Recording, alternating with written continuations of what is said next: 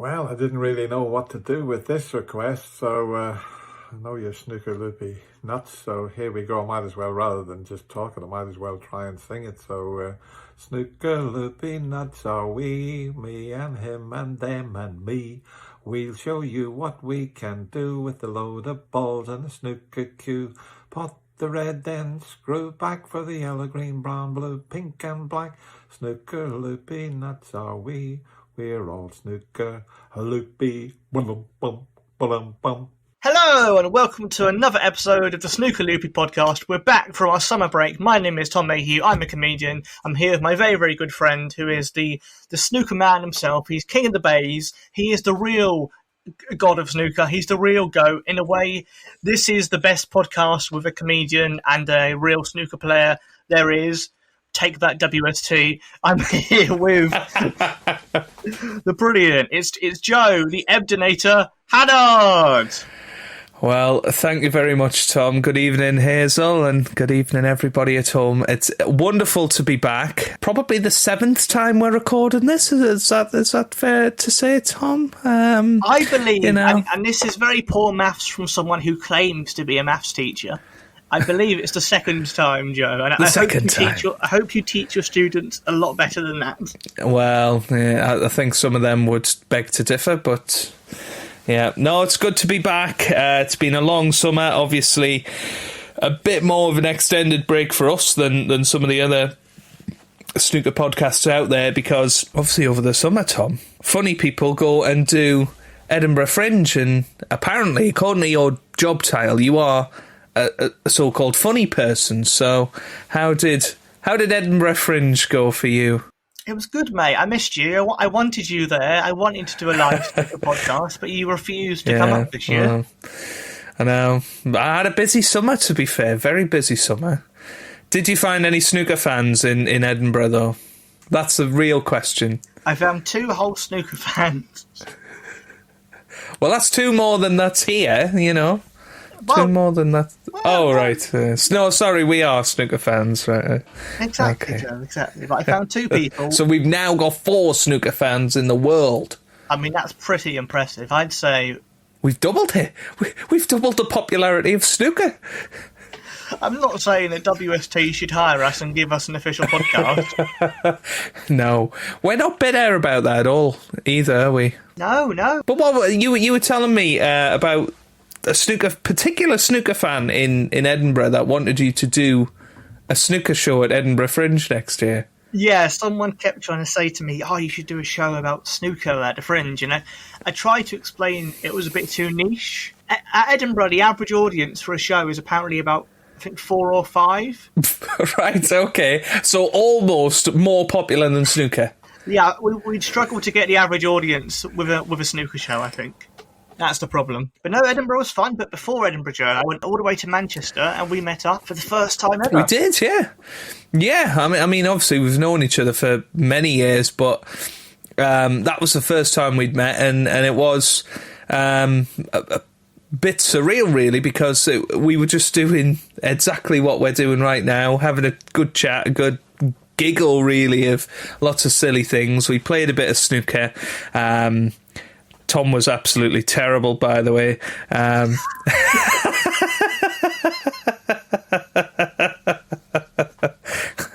think Tom put the wrong eyes in that day. I hadn't played for about 3 years, and what you forget is when you've not played for a while.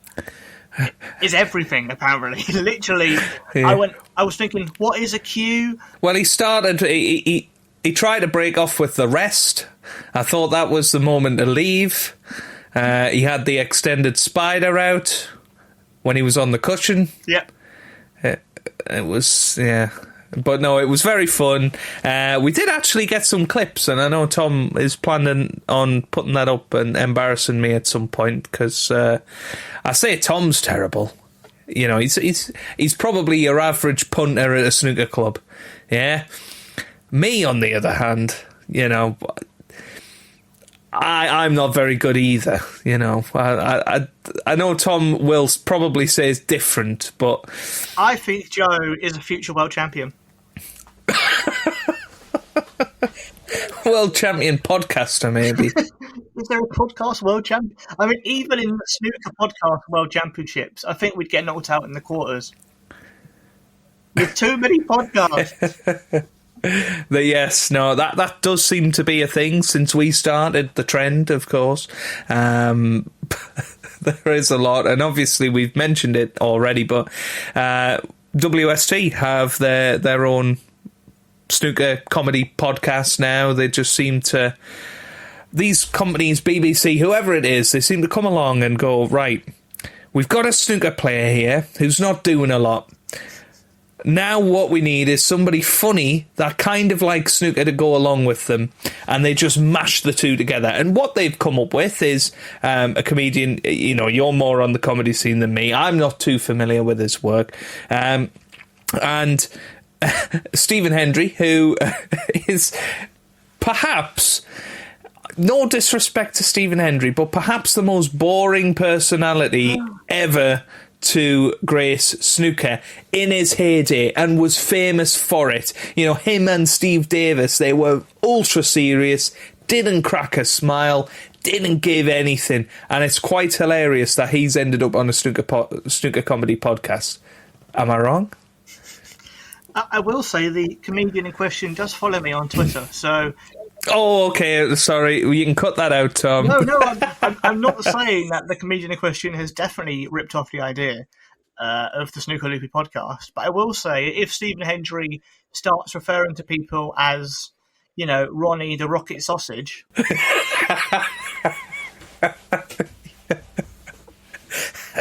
And, well, we'll know if they start talking about David Lilly as the Tyneside sausage, you know. Then we'll know for certain, you know. Yeah, it just seems weird because Stephen Hendry actually has quite poor knowledge of the lower echelons of snooker, so I'm going to find that quite interesting if they do start talking about David Lilly and the likes, shall we say. Although I suppose he'll know him from their seniors days when David Lilly won the World Seniors title. So we're all snooker, a loopy, bum bum bum bum. One thing I did notice, and I'm going to keep offending people in this podcast. One thing I did notice in the Shanghai Masters was just how much Ronnie O'Sullivan has aged in the last couple of years, and. What I mean by that is I sort of had a vision of old Ronnie, and it was a bit of a moment of like, oh wow, he is coming to the end of his career. It was quite weird. Obviously, John Higgins has looked like John Higgins for about 10 years now, but Ronnie, I think, has kept his youthful look, I guess. But that tournament, I don't know why, he just looked his age. I mean, I don't think it helps that after winning that tournament, he started saying that he was preparing for death. Yeah. Well, aren't we all, Tom? Aren't we all? Oh, yeah, that did make me chuckle. I think my exact words were, I was reading it on BBC Sport, and I just turned to Rachel and I went, Ronnie's a nutter, isn't he? Listen to this. I want none of that stuff left in my house. I'm preparing for death. He's funny. It's one of those where I read it and I went, I really hope this is going to be your joke for a while. I hope for 6 months, just Rob Walker's going to be like, that must have been the biggest victory of your career. And him just going, nah, I'm looking forward to death, really, Rob. But yeah, I mean, it probably didn't help that he had his head shaved, but it was just one of those moments, and yeah, it was quite surreal, really, because I suppose we're all in a little bit of denial about Ronnie eventually retiring. And I suppose the same is true for Higgins and Mark Williams as well. And Hendry, I suppose. I mean, he's definitely in denial. He should be retired. Like, everyone was like, "Oh, he should come back," and then within a year, we're like, "Why has he come back? What's going on?" It's so funny how people's tune changes very, very quickly. It's just hilarious. I mean, we should say Ronnie is still world number one, so he might look a bit older, but he could still definitely have another 10 years in him, I'd say. Yeah, well, if he wants to. And I think that's always been the thing with Ronnie, is if he wants to. And maybe that's where Hendry and Davis... Well, I suppose Davis is the anomaly in all this. He played until he was in his mid-50s because he wanted to play. And he had the odd run in a tournament. And, Hendry had only just dropped out the top 16 in 2012 when he retired. So maybe had he persisted for a few years, he'd be in a much better position now than he is. But yeah, it is amazing what the class of 92 have been doing, and to be fair, not just them, a number of players in the rankings. We talked about him before. Fergal O'Brien still playing on the tour. Ken, Anthony Hamilton as well, Joe Perry, of course, Mark Davis. So many players that are 50 or over, or just a little bit beneath 50, Mark still playing it. Mark King? Do we still count him? Is he still playing? I think you mean Joe King, Tom.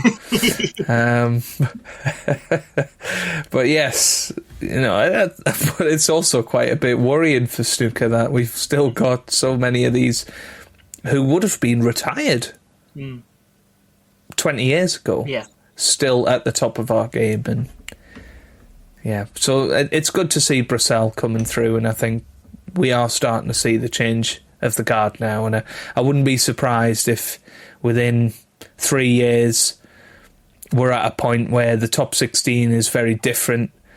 We have multiple different new winners in the enclosure, and seeing far less of O'Sullivan, Higgins and Williams winning tournaments. I'm not saying they won't be winning tournaments in 3 years, but I don't think we'll see them 3 of the 4 semi-finalists at the World Championships. I'm going to be honest. The worrying thing, Joe, is that some people would have said the same thing 10 years ago. Well, I always remember, I think it was about 2009, BBC did a feature at the World Championship, and they had some, I guess, snooker journalists, predicting what their top 5 would be in 5 years' time. And I think all but one had said, well, Ronnie will be retired by then.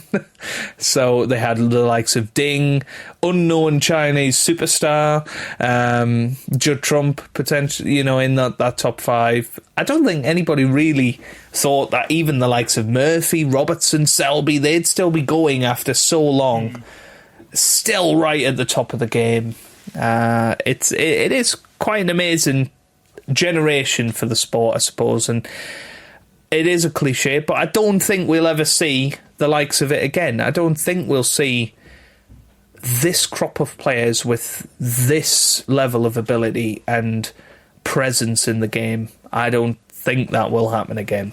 I think we are living in the golden age of snooker. I genuinely do. I mean, I think, yeah, you're probably right. If you look at the players with the most centuries and the most 147s, and it's all players who are still there now in the top 20, isn't it? So it's crazy, really. Yeah. And you can always say there's more snooker now, but yeah, and they're still miles better than most of the players from the 1980s.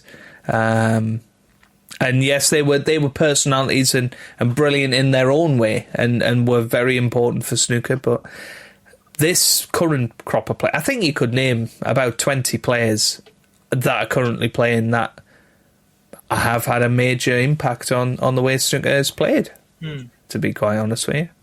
And most of them would be the best in their field at something, a little bit like Neil Robertson is probably the best long potter in the game, and Sean Murphy has the best sparkly pants in the game.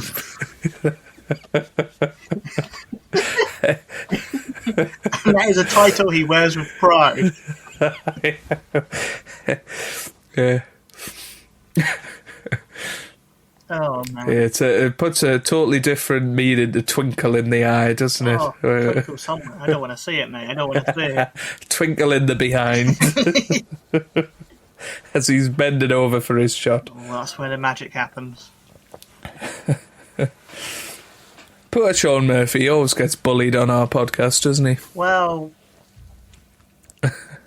he brings it on himself. well, no, I think it's interesting because he does get a little bit of stick from snooker fans generally, but a part of it is because he does like to go. I'm quite a character, and if you do that, people will pay attention to you. If you're under the radar, they'll ignore you. But if you do come out wearing a sparkly trousers, then people will comment on your sparkly bum. Yeah, you're very right. You're very right, Tom. Oh dear, that's funny, isn't it? But I do have a bit of news myself, Tom. Oh my god, what? Jamaica 147. No. You know what? I have played the grand total of twice since our match. But I have entered a snooker tournament. Is it the World Championships? No. Well, it might as well be. It is a charity snooker tournament at the Hazel Grove Snooker Club. And we've realised when we met up that the snooker club I go to is literally called Hazel Grove, and we talk about Hazel all the time. How did we not mention that on the podcast? Probably because I don't want all you lot stalking me. But yes, I am there on Sunday, this coming Sunday. Making the numbers up, I think. Making the numbers up. I don't think I will be particularly successful, but I thought I'd throw my hat in the ring anyway. Can we follow it? Is there a live stream or anything like that? Don't think so, but I will update us all in the next podcast. Will there be a live score update on the official World Snooker Tour webpage? Well, you know what? If there was, it probably wouldn't work. So. Hey! Oh, take that, World Snooker Tour. Sort out your website. It's crap. It really is. It really is. And honestly, it was okay before. It was fine. Mm-hmm. I don't know what they've done. Really don't know what they've done and why they've done it. But do you know who you're playing in the first round? No, the draw is being made at 11:15 on Sunday. So we've got to arrive for 11.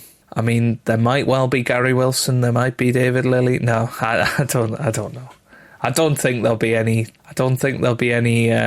big players there. I think that there's somebody called like 5-0 Gary or something. What? Yeah, something like that. And he apparently beats everybody 5-0. That's the joke. He's in it, so if he's in it, then he's probably going to win. But we shall see. I'm just having a little look on the Facebook page. I don't think there's anything in there. So when did you last play in a tournament, Joe? This is quite big for you, isn't it? Well, I mean, the last time I played, my last competitive match, if you like, Tom, was against Elliot Slessor. So there you go. Oh, and he retired. That was my last. Well, just haven't entered a snooker tournament since. Retired you for 10 years or so, and now you're coming back. It's the big comeback, yeah. You know what, Tom? It's been about 15 years. No, maybe more like 13 years since I've played in a tournament. So we'll see how it goes. I mean, I am just expecting to be trounced in the first match, but I'm going there for the experience, and we'll see. We'll see how it goes, and hopefully, it'll be the first of many. I know they have a snooker league as well, so I'll be looking to join up with that, and fingers crossed we'll pot some balls. I mean, if I can pot balls on the table at the Crucible in front of Hazel Irvine, then I think I can probably pot some. Yep. This weekend. Just take that spirit with you, Joe. Take that belief. Take that spirit. Do it for Hazel. I just imagine John Parrott himself is watching me. Yeah. And he's saying, "Oh, I've not seen much of this player before. but he looks good.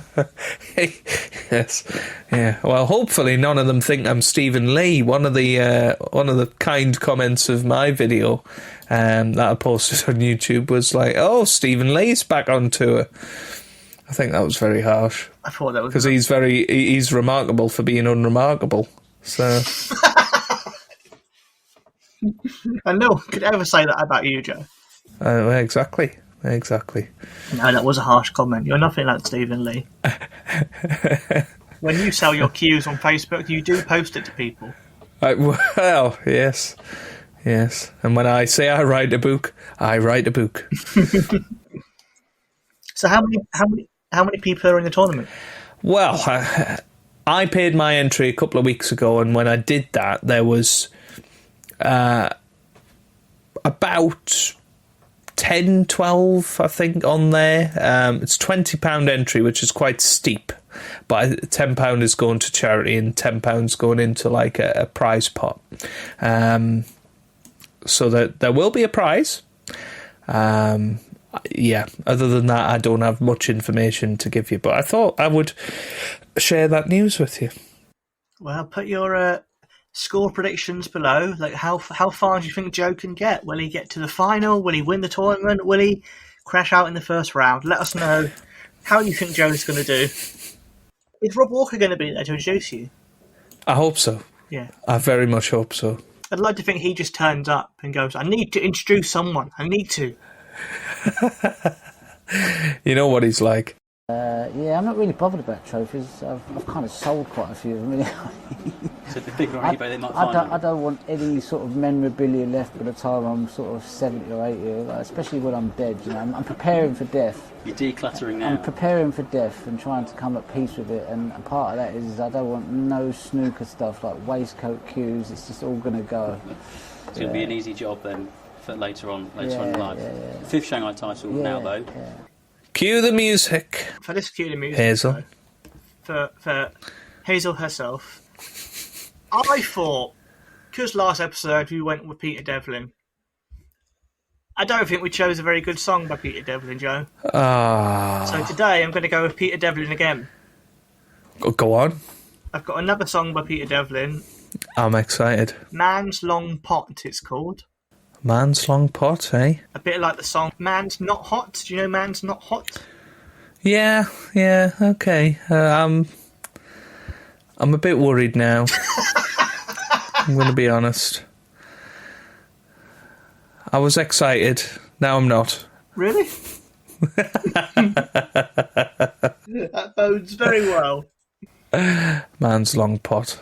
Man's Not Hot parody. You didn't tell me it was a parody. Well, I mean, it apparently it is, Joe. Apparently it is.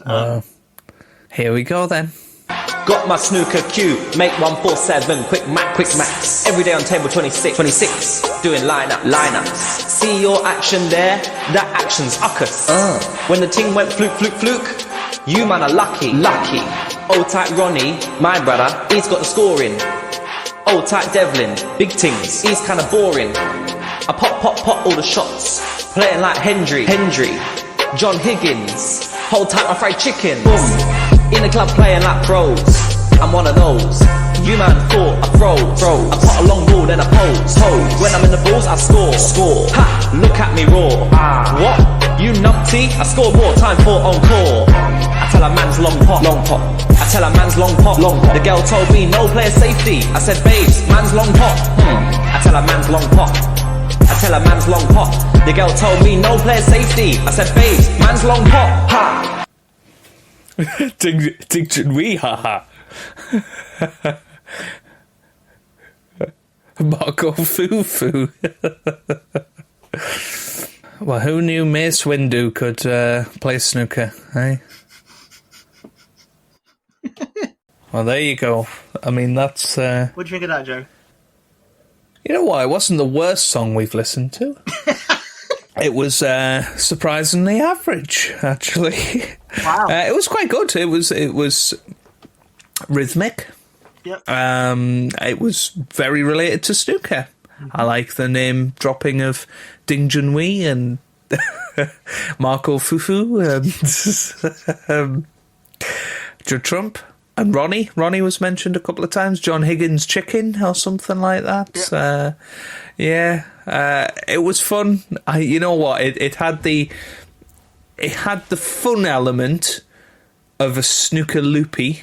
Obviously, nowhere near the quality, but it did have the snooker-related fun, which I think was quite nice. Yeah, I did think this one was better. I thought it was not taking itself as seriously as some of the songs we've had. I thought it was, it's what you want from a parody. You want it to be quite funny and quite silly, which is good. You don't want it to be really earnest and really, I think we've said before, if you name-check snooker players, we're on board. Yeah, absolutely. Yeah. No, what would you give it out of 10? I liked Martin Wallace. He was good. Yeah. I don't know whether he's some sort of legend of the snooker amateur scene that we don't know about or not, or whether it's just a random bloke. Well, I thought it was Samuel L. Jackson, so... What a compliment that is for that man. Well, that's it. I was like, what's Samuel L. Jackson doing with a cue in his hand? This young American player. Peter Devlin made a music video down at his snooker club, and he's got the real Samuel L. Jackson. Exactly. We haven't had Samuel L. Jackson on the podcast. I'd give that song a 7 because it's quite fun. Yeah, I'll agree with that. 7 out of 10. There we go. It's better than last episode for Peter Devlin. He's on the up. He's on the up. He's on the rise. Yep. Yep. Unlike his snooker career. Oh. Sorry, Peter. Sorry. Imagine if you listened to this, Joe. You just gave him a real boost with that compliment. You said his friend looked like Samuel L. Jackson. And then... Stick to the J job. Yeah. No, I do like Peter Devlin. I think he's somebody that World Snooker should use more. Yeah. He's a ready-made snooker content creator. Go get him making content for you. I just don't get it. And he can play snooker. He's not... He can pop balls. He can do all of these things. He can entertain. He can sing. I just think it's a real missed opportunity. Yeah. But anyway. Here we go. Man's Long Pot. It was better than I thought it would be. You'll be singing along to it later. Yes. No doubt. Marco Fufu. Marco, yeah. I'll be thinking about Marco Fufu all night. John Higgins chicken or whatever. John Higgins chicken. Yeah. Move over Kentucky Fried. We bring in John Higgins chicken. Yeah. JHC doesn't quite go as well as KFC though. No. But I could imagine John Higgins dressed up as the Colonel. Yeah. Dearie me. Poor John. He's not the butt of the joke enough in this podcast, actually, so there you go. Because he's too busy with his spinning classes. Yes. I don't know what that is. In my head, when I first heard it, I thought it was just him spinning around in the gym. Well, no, is it not spinning the cue ball around the table? I think isn't it not? Is it not exercise bikes? Oh, it might be. Yeah. Is that not what it is? That's what I've always assumed it is. Maybe somebody that is, more gym friendly than me and Tom could let us know in the comments. Maybe John Higgins himself will pop up. John, how you doing? Brilliant, mate. How are you? You're looking good. Tried, mate. Tried. But you're looking fit. Aye. Well, it's funny you should say that. I know it's another snooker podcast. One of the people doing it really loves John Higgins, and I think he'd sent them an email or something. What? John Higgins sent it, because he's not on social media or anything, but he'd sent them an email and was talking about, was just saying how much he appreciated the support and all of that. It was quite nice. I'm a bit worried because the people we big up the most are David Lilly and Stuart Bingham. And I think David Lilly will be scared by it. Whereas Stuart Bingham, our last episode was called Extra Large Stuart Bingham. And I'm worried that he would take that as us taking the mickey out of his size. Well, wait until we've got the one called Bingham's Hot Tubs. Imagine if we did that every episode was just named after a Stuart Bingham thing until he responded to us. And then we just did it for another player until they responded. That's quite a fun idea, actually. Okay, we'll start it from next episode. We'll do themed episodes around players. Okay. I'm on board. Do you have a cue the laughter for me, Joe? I do, actually. It's not something new to you, but I think it might be new to the viewers, is what I'm going to say. And just something that reminded me, before this podcast, Tom asked for my address. Mm-hmm. No idea why. I'm possibly assuming there's some crap coming through the door. No, there's a Stuart Bingham strippergam. He's on his way. Oh, God. Dear. And I really, really, really hope it is not the Steve Davis bed set. That's what you wanted it, Joe. However, something that Tom sent me a few years ago, in addition to the Kellogg's Dennis Taylor, was an old Spectrum game, Snooker Manager. And I thought, I just seen it on my shelf and I thought, oh my God, actually this is a really weird thing.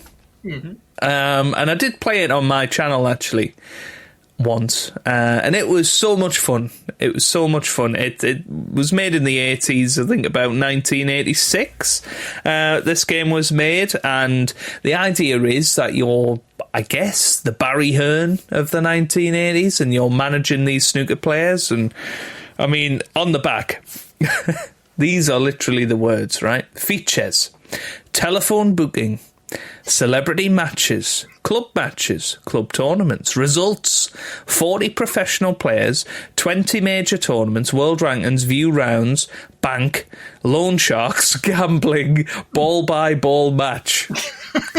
And that's only the left-hand side.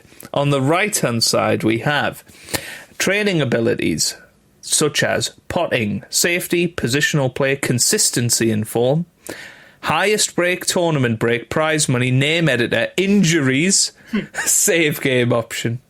There you go. And the tagline is Masters of Strategy. And when I did play this on my channel a few years ago, the person that made this actually commented on it, which was a bit of a bizarre experience, actually. I'll try and find it for you, Tom. Snooker Manager, and this video got over 2,000 views, which I think is quite impressive. Let me see. What makes the game quite interesting is the fact that it was in the 80s and there's not been a single game like it since in terms of snooker. Yeah. But there's been a big boom in terms of like Football Manager or Cricket Captain or F1 Manager, but there's never been another Snooker Manager. Yeah. I mean, funnily enough, the guy was called John, and he said, many thanks for the very entertaining review. I can't imagine some of the things I must have said in that review. I wrote this game when I was still a teenager back in 1989, so I was a bit off. Apologies for the spelling of some of the names. I was a huge snooker fan in the 80s and saw the success of games such as Football Manager by Kevin Toms, and thought I'd adapt the concept to snooker. I can't remember all the surnames of the players. Brackets, I was advised not to use surnames to avoid legal issues. I do remember cheekily putting John, Jon, in the top league, as that is my name. I put a ridiculous amount of effort into the detail involved in the skills of each player and spent a year researching playing styles. Sadly, I don't think that is seen by just numbers and a ball moving. With your commentary, the game takes on a whole new life, though. Keep up the good work. Oh, what a lovely comment. So there you go. I just thought, it's not necessarily a funny thing. It's a weird thing. Don't get me wrong. I mean, there's something funny about that era of video games where a selling point is, you can look at results. Yeah, I know. It's just bizarre. Telephone booking, I mean, what? that was the top one. That's what they. That was the top one. That's what they open with. Telephone booking. But anyway, fantastic thing to have, and thank you for sending that over as well. But I thought another thing, not necessarily Cue the Laughter, but we were talking about Hazel Grove Snooker Club, and there was something I found, and I thought you might be interested, Tom. Okay. So I'm going to send it over to you, and you can watch it and see what you think. God, what have you sent me? John Virgo here. I'd like to say hello to everybody at Hazel Grove Snooker Club, all the staff and regulators. I know you've been doing a great job in these very difficult times. We can't believe what happens in life, can you? I was due to do a tour with Ronnie O'Sullivan after he won the World Championship. Of course, all those dates were cancelled. Remember Hazel Grove very well. It used to be an old stomping ground, and I'm sure you're all aware that Alex Higgins used to live in the area. So, yeah, we've got a bit of snooker history there. And of course, Hazel Grove Music Company used to do the pool tables all round. But, yeah, it's all a bit of a... Well, we're in the sort of twilight zone at the moment, so keep up the good work. Hopefully we'll be out of this soon. And remember, where's the cue ball going? Oh, bless him. That's lovely. I mean, very weird. What? Why? No idea. I mean, it was during the pandemic. I don't exactly know why. I mean, did they pay for it to just... I mean, maybe it was a cameo. I don't know. It says Frills on it. Is that a cameo type website? Frills? Yeah, possibly. Yeah, I mean, if he's on multiple cameo websites... There we go, Joe. You play at one of John Virgo's old stomping grounds. Old stomping grounds, yeah. And apparently Alex Higgins used to live here. Never knew that, but... How did you find this, Joe? Were you just Googling John Virgo? You know what? Or... I have absolutely no idea. Not a clue. Not a clue how I found it. But I did find it one day, and I thought, I'm going to... And it was just when I was scrolling on the Facebook before, when I was looking at that, I remembered that it was there, so... Oh, good old JV. JV. No, very good. Very good. Amazing. I mean, I hope he's in the tournament you're playing him. Hopefully he's commentating. I mean, he seems to know the area, so... Well... In his lovely pink shirt. Could be our MC. Our MC, John Virgo. Joe, can you... To psych out your opponents, I think you should just do a John Virgo impression for the whole thing. He's looking a bit tense here. What's he doing playing this one? Has he missed the one over the pocket? Just do that, commentate on them as they're taking their shot. Well, I might win the tournament if I do that. Either that or you'll get disqualified, but either way, it'd be funny. It'll be worth it. Yeah. Be worth it. Watch the cue ball. Hang on. Could just do with a cucumber sandwich about now, topped off with plenty of salad cream. That's a great find, mate. And they've not got many subscribers, Hazel Grove. We need to boost them up, clearly. You need to do a collab. Collab, yeah. 3 subscribers, was it? Not 3 snookers. Yeah.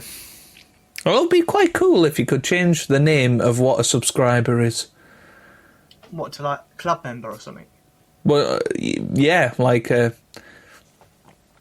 snookers, you know. Yeah, that would be nice. cool. That's a good idea, Joe. Well, I'm available all night, Tom. We're all snooker, a loopy, bum bum bum bum. That's good. Well, we got anything else you want to cover, Joe? I don't think so. I'm looking forward to the season properly getting started. Obviously, the ITV tournaments will be starting as of next week, I believe, with the British Open. So I think this is where it starts to really kick off now, and we have snooker almost every week until Christmas now. Then, of course, Christmas comes and goes, and then it's the build up to the big one again, so it's going to be exciting. I'm sure we'll be having plenty of discussions about all of those tournaments, and getting right back into it, and who knows, maybe we'll get a new snooker game announced in the next few weeks. Who knows? What do you know, Joe? What do you know? I don't know anything. I promise I don't know anything. I don't know anything. I need to get John, the snooker manager, on it. I'd love them to make a new Snooker Manager game. I think they should. Just for me and you. Just you on the front cover, dressed up as Barry Hearn. Yeah. Captain Goodspeed, Snooker Manager. Captain Good. You're onto something, Tom. If only we knew how to make games. Right, if anyone knows how to make a video game, and it doesn't have to be too technical, just for the first one, the start of the franchise, all we need are 20 professional players, results, telephone booking, it'd be text booking nowadays, it'd be emails in the new one, Joe, it'd be a whole new world. Snapchats! Yeah. Snapchat booking. Yeah. TikTok booking. You'll go, oh, your player's been offered a spot on Stephen Hendry's YouTube channel, do you want to do it? Well, you can't really put on the back booking on X, because I think people might get the wrong idea. Elon Musk for president.